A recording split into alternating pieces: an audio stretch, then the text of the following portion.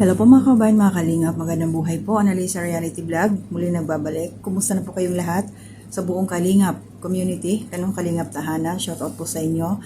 And to my new subscribers, thank you so much. Welcome po sa aking munting kubo. Mga silent viewers, nasa comment section, nagta-thumbs up, mga nagsishare po at salamat sa suporta ninyo sa hindi ninyo pag-skip ng ads sa tuwing kayo po ay nanonood sa aking mga ina-upload ng mga reaction videos. And suportahan po natin sila Kuya Bal Santos Matubang, Kalinga Prab, Ate Edna Vlogs, Jack Tapia Matubang, at syempre lahat po ng mga reactors na nagre-reaction in favor po dito sa Kalingap Tahanan. Shoutout po sa inyong lahat. At ayan, ito po, 5 araw na ho sa ngayon, yung nakalipas. Patungkol po kay Kyla. Sa mga bago pa lang ho sa aking YouTube channel, si Kyla po, ito yung batang binansagang buhangin girl na scout po siya ni Kalinga Palbin at pinuntahan po ito ni Kalinga Prab. Talaga nga naman nagbubuhangin siya doon sa kanila, sa may ilog. Nag-iipon ng buhangin, sa kalahating sako, iakyat sa taas para makatulong sa kanyang pangangailangan nila sa bahay. At masalimuot po ang pinagdaanan ng batang to. Pero sa ngayon nakita ko siya sa upload ni Kalinga Prab na panibago. Malaki na ang na-improve ng batang to. Ibig sabihin, nung una kasi mahiyain siya. Tapos, ang pa niya, pitit. Ano bang tawag doon? Yung payat siya. Pero ngayon, nung nakita ko siya, gumanda. Tumaba-tabaan na. Nagkalaman-laman na yung batang to. At yung huling pagkakatanda ko kasi, ito ngayon nag-aaral na kasi siya college. Tinutulungan to nila Kalingap Ian, shout out. Pinatira ito dun sa bahay nila kasi syempre nagbo-boarding house. Pero ito po sa naging upload ni Kalinga Prab, napag-alaman ko na nagpa-part-time job pala siya sa department store. Hindi ko na lang babanggitin yung pangalan ng store na yon. Hindi man regular, hindi daily. May time lang siguro na nagjo-duty siya, kaya lang ginagabi. Ito yung ko dito mga kabayan at Kalingap, kasi ang naging concern ko dito, since nag-aaral siya, nag-working student, minsan natutulog kila Kalingap Ian,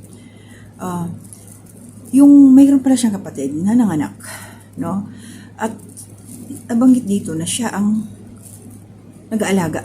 Siguro pag wala siyang pasok, siya nag-aalaga o anuman. Lalo ngayon, bakasyon pa naman, summer pa naman Kaya lang, ito yung point ko dito, mga Kalingap. Hindi niya responsibilidad yung mag-alaga ng mamangkin. Kasi dalaga siya tsaka nag-aaral. At pinapiyawan ito ni Kalinga Prab na i-priority pa rin yung kanyang pag-aaral. Kasi para sa akin single ka nga Tapos ngayon ang obligasyon ng anak ng kapatid mo, ikaw ang magsasalo. Nasaan yung asawa ng kanyang ate?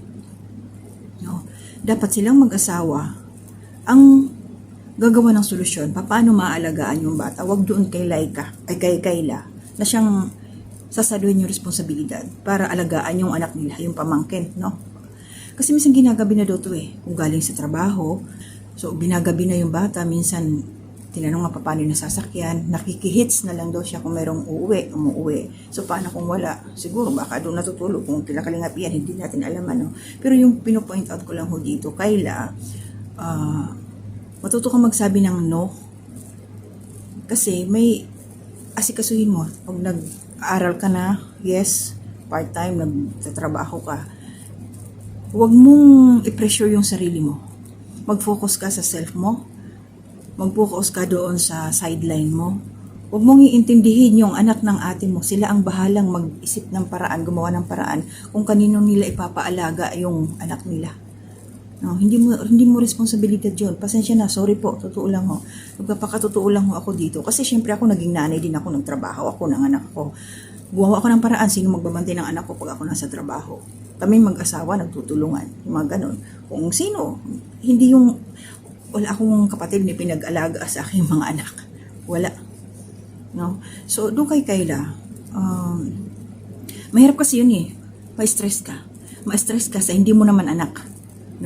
Okay lang kung anak mo magpaka ka dyan, pakapagod, magsakripisyo ka kung anak mo yon.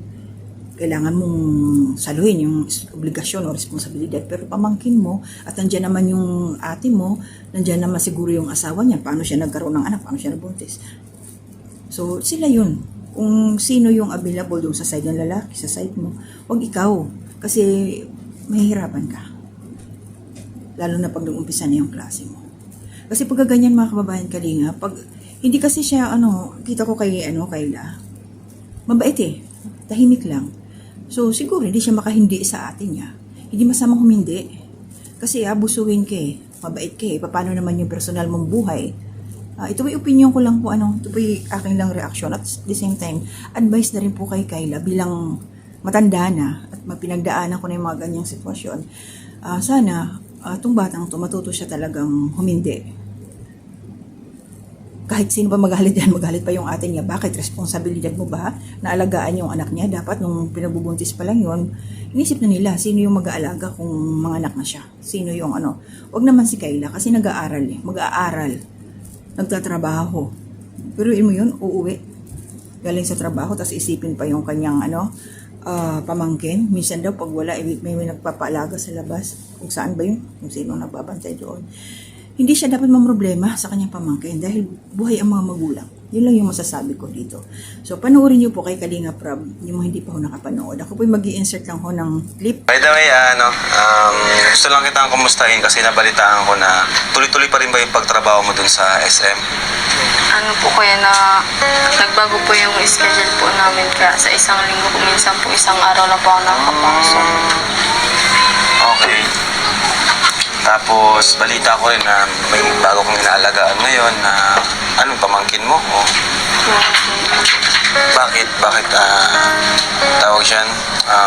Minsan ikaw nag-aalaga? Ako minsan po pag nasa trabaho po ako na minsan po na iwan po dyan sa kabila. Okay. So, ibig sabihin, nanganak na si ate mo? O, Ate ko po, ilan ang anak niya? 3 po. May bago siyang anak. Dami Paano niya nabubuhay yun? Mahirap ang buhay. Tapos, may asawa ba siya? O ano? May bago po siyang asawa po ngayon. E di, tumutulong ka rin sa kanya, syempre. Ang gatas. Syempre, di naman yun basta-basta. 3 ang anak niya. Di ba? Hirap talaga ng dapat huwag munang magparaanak. Ikaw baka mag-asawa ka na. Huwag na wag muna kayong magkaasawa kasi kung gusto nyo magbago yung buhay nyo. Nakikita ko pa lang po sa ibang tao. Kung gusto nyo magbago yung buhay nyo, talagang focus muna sa pag-aaral. Diba? Nakita nyo naman na sa mga kapatid nyo, diba? Kaya, ganun. Kuya, ayos lang naman po, pero minsan po nahihirapan po talaga sa oras po ba, kuya. At 9 po ba nasarado ang SM. Tapos? Nauwi pa po ako dito. Eh siya, layo nun. Minsan po na pag Bakit kailangan mo umuwi? may kapatid po, tapos pamangkin po dito na. Ay, naalagaan mo pa. So, parang nadagdagan pa yung trabaho mo. Wala naman iba kasi mag-aalaga. Pero bakit? Wala bang ibang mag-aalaga? Ikaw lang? Wala po kuya, si mama po kaya naman. Trabaho po ba? Si mama. Si mama mo naman nagtatrabaho. Yun namang magulang ng pamangkin mo, anong ginagawa? Doon po sa Tatrabaho din? doon na po sa bago niya pong asawa. Sa bago niyang asawa. Tapos naiwan sa'yo yung anak. Ang bira. Parang nadagdagan yung responsibilidad mo. Sa halip na focus ka sa pag-aaral, saka sa sideline mo or sa extra job mo. Nawala pa tuloy, no? Tapos pagod ka pa. Mabiyahe ka palagi. Sa halip na doon ka na lang mag-stay sa diet, no? Para, sa'yo. Para hindi mapagod sa'yo, di ba? Layo pati dito, mga kalingap. Pag na-commute ka ba? Po may nakakasabay. Pag may nakakasabay po ako, nasabay. Nasabay ka? Minsan po napasumpay dito. At ito yung insert ko dito yung good vibes, no? Kasi nung time na pumunta doon sila Kalinga Prab is meron silang pasalubong kay Kayla. Parang late birthday celebration. May bisita si Mike. Dati pa yun medyo itinatandem sa kanya. May chemistry yung dalawang to. Busy rin si life ng si Mike, Pero doon sa time na yon, good vibes lang silang dalawa. Nakakatuwa lang tingnan. Pero disclaimer tayo mga kababayan at kalingap. Ang mga puso natin, alalay, wag ho tayo mag-advance thinking.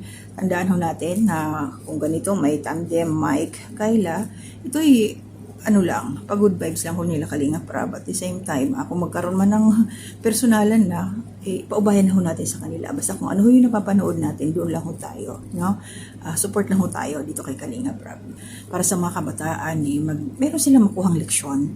Yung kasipagan ni Kayla dito, yung pagiging responsable niya sa kanyang mga kapatid. No? Yung kanyang nanay, kung hindi ako nagkakamali, may trabaho sa Maynila. So, yung tatay niya nasa kulungan to. Kasi nagkaroon sila ng problema. So, yun lang yung sa akin for Kayla. Priority mo ang iyong self. No? Huwag mong hayaan na abusuhin ang iyong kabaitan. Magkaroon ka rin ng limitasyon. No? Wala kang obligasyon na mag-alaga ng hindi mo naman anak. No?